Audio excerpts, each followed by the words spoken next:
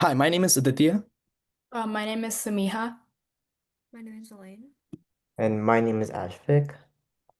And today we'll be talking about simulating BB84 protocol with noise in quantum key distribution systems using IBM Qiskit.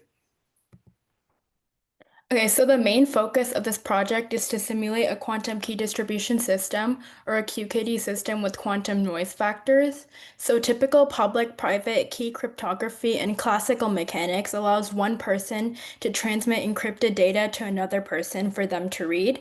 But in QKD, two parties, which are shown by Alice and Bob in the diagram, share a secret key over a quantum channel. And unlike typical public-private key cryptography, QKD is based on the principles of quantum mechanics, making it practically unbreakable by current classical technology. QKD also stores information through individual atoms, ions, electrons, or photons that are manipulated to form qubits, which is similar to a classical computer bit. The system also uses entanglement and superposition of qubits to ensure like a safe transfer of encryption keys for later communication.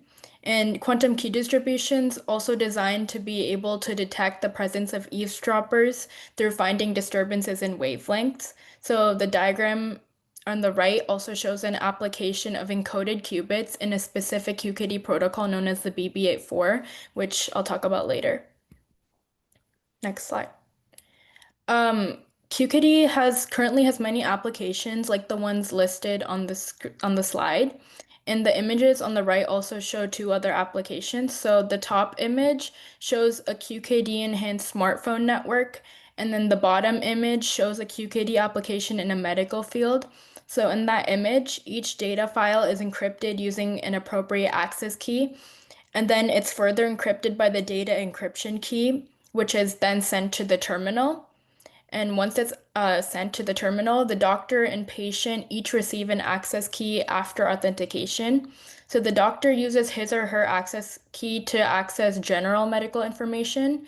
And to access the patient's confidential information, the patient must upload his or her private key. Next slide. Okay, so the baseline for our project is the BB84 QKD protocol, which is represented by the diagram. And it allows two parties, which are shown by Alice and Bob, to securely generate a shared cryptographic key using quantum mechanics.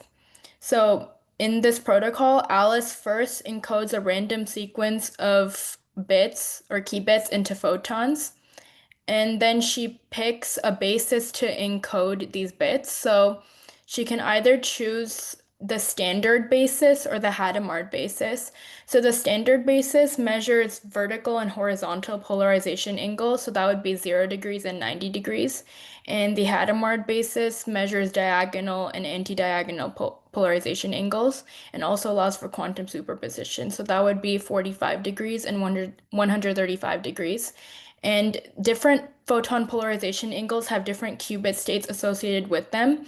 So horizontal and vertical angles are measured by cat 0 and cat 1, and diagonal and anti-diagonal polarization angles are measured by cat plus and cat minus. And the resulting encoded qubits are sent over to the receiver, which is Bob in this case. So after they are sent, Bob randomly selects either the standard or Hadamard basis to measure the incoming photon and creates his own bit string, which is different than Alice's. And then they both compared their bit strings and retain the common parts to form the shared key. So here we have some areas of current research related to quantum dots in noise-resistant QKD systems.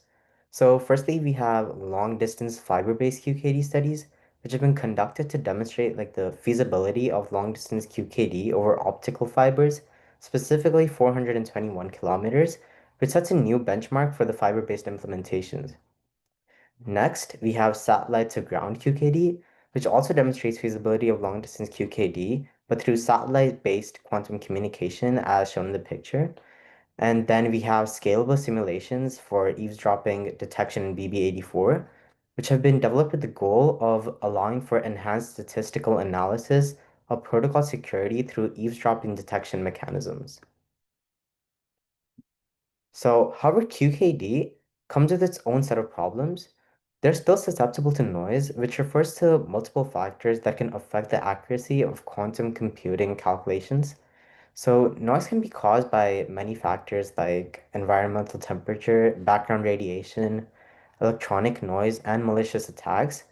Single photon emitting laser diodes and photodiode detectors, which most QKD systems use, are sensitive to noise, making QKD less secure and more prone to eavesdropping.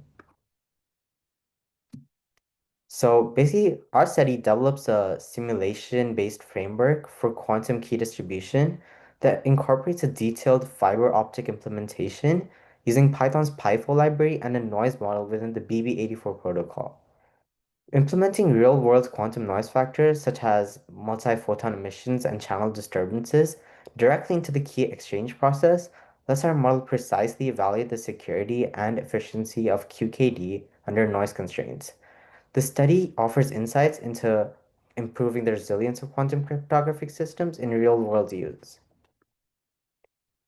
So through Python's PyFo library, we started to implement a standard single mode fiber optic cable, which is meant to support long distance communication by carrying only one mode of light to minimize signal loss. The diagram here shows a similar setup to ours with aspects like a polarization controller, phase modulator, and the quantum channel that uses SSMF fiber optics.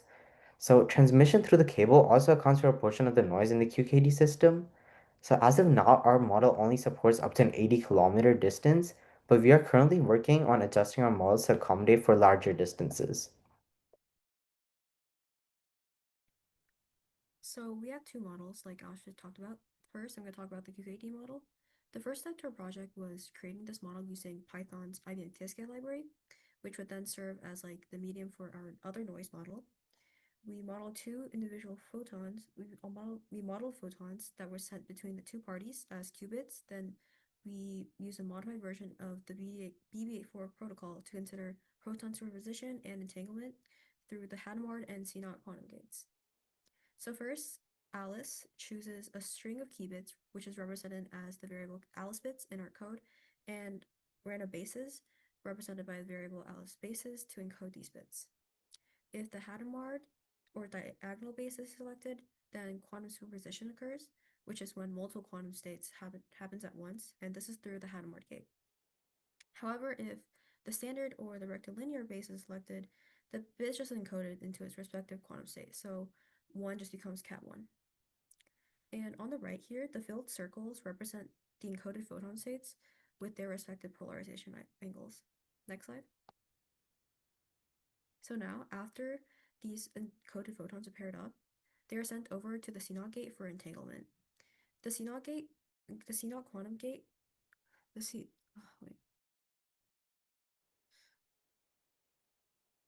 Is this better? Okay.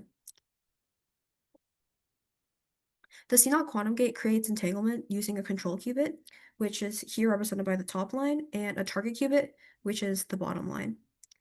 Only if the control qubit is 1, the change in the target qubit occurs. The entangled photon bearer that contains encoded information is sent over to Bob, who decodes this. To ensure that our basic quantum key distribution scheme functions, we simulated the scheme with and without the present eavesdropper, which is commonly known as Eve. We were able to successfully determine the presence of Eve using this QKD model, which confirms the validity of our simulation. And now onto our noise model. The purpose of our noise model is to basically explore sources of noise, which we talk about, which can be represented as charge noise, environmental noise, and background radiation. And in order to identify how they affect QKD systems. For the purpose of our research, we used the Qiskit AR library to create a model that explores spin and charge noise. With our noise model, we also aim to figure out potential strategies to mitigate these noises.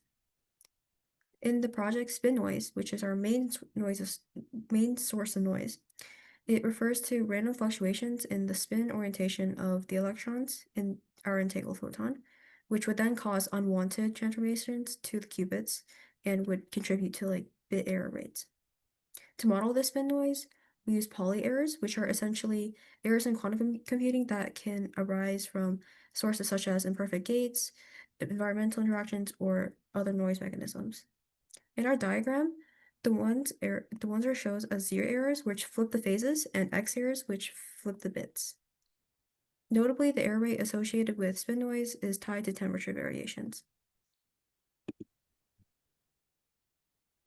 So in our noise model, we also represent charge noise. Charge noise is the fluctuation of qubits energy levels, which often cause errors in quantum operation. In our noise model, the charge noise is represented through a stochastic matrix, stochastic matrix, in which each entry represents a probability of a qubit transitioning from one state to another. We calculate the error rate, or the amount of error, based on the standard deviation of the charge from the mean. We also represent the effect of a magnetic field on the QKD with a Hamiltonian, which is a mathematical operator that represents the total energy of a physical system. Our Hamiltonian is time dependent and is based on the cosine function to represent the oscillations in energy. A fluctuating magnetic field can cause many errors, such as random changes in the natural vibration frequency of the QKD, phase errors, and also spin flip errors, if fluctuations are strong enough. So far, the QKD and noise have been integrated, and our project will assess the QBER, or the quantum bit error rate, which measures the performance of the QKD by summing up the encoding errors, decoding errors, etc. after the addition of noise.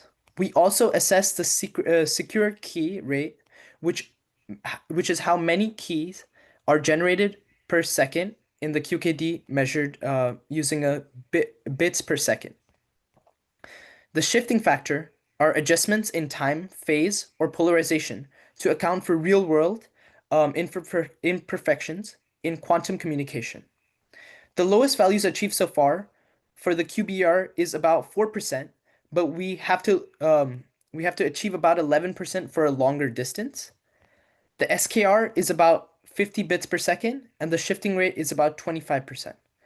We currently have a working model and are currently working on tabulating this data over multiple runs and averaging them, which will later, with the help of graphs, explain moving forward. Future work. Based on our model, we aim to design our new QKD systems that are noise resistant through the use of quantum dots for the most secure and accurate systems with long distance capabilities that can be applied to real world scenarios. Quantum dots are semiconductor nanoscale particles measuring between 2 to 10 nanometers, or 10 to 50 atoms in diameter. They exhibit unique electronic characteristics that range from those of larger semiconductor materials and individual molecules. This is due to their exceptionally high surface to volume ratio, which results in fluorescence.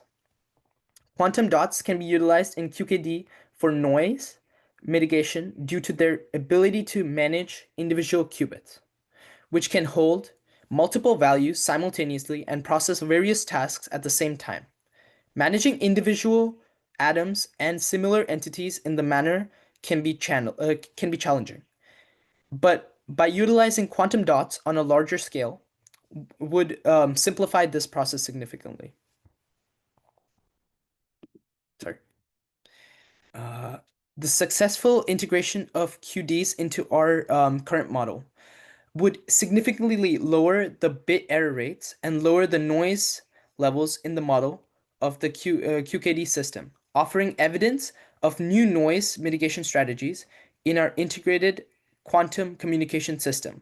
With the quantum dot, we started with the quantum dot source, which generates entangled photon pairs. These entangled photons move to the photon emission phase, where the photons are encoded through a quantum gate, as explained previously. Photons encounter noise when traveling through the QKD through our current noise model, reducing the fidelity of the transmission information. The receiver finally encounters the incoming photons and uses specialized detectors to decode the encoded information. Key generation establishes a shared key through calculating the quality of the key and the secret key rate, which is how many secure bits can be extracted per transaction. Correction codes are then applied, and and extraneous errors are reduced. Privacy amplification technologies are used to reduce any information an eavesdropper might gain.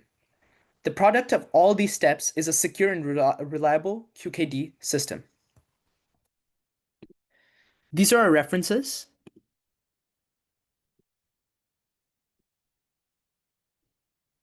Thank you to ASDRP and Dr. McMahon for supporting our research. Thank you to our previous members for also helping us achieve what we have. Any questions?